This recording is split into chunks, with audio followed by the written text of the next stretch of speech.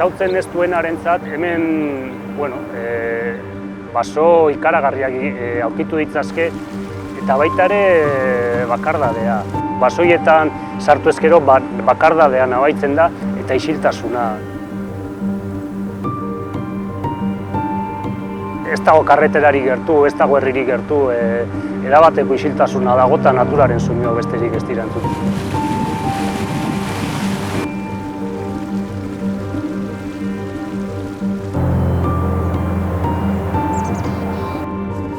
Hemen ikusi dezakegu norantz doan natura pixka laguntzen badiogu, eta bestetik holako lekuak gizakiak oso gutxi eraldatzen ari diren leku horiek dira gako esate baterako ikusteko klima aldaketaren eragina zein den.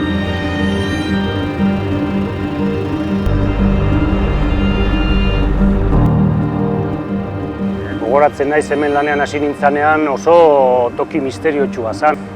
Artikutzan sartzea oinezkoentzat ere debekatuta zegoen.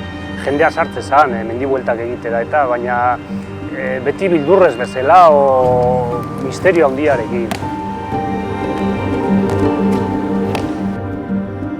Niretzat artikutza da ikasteko leku bat, laborategi bat.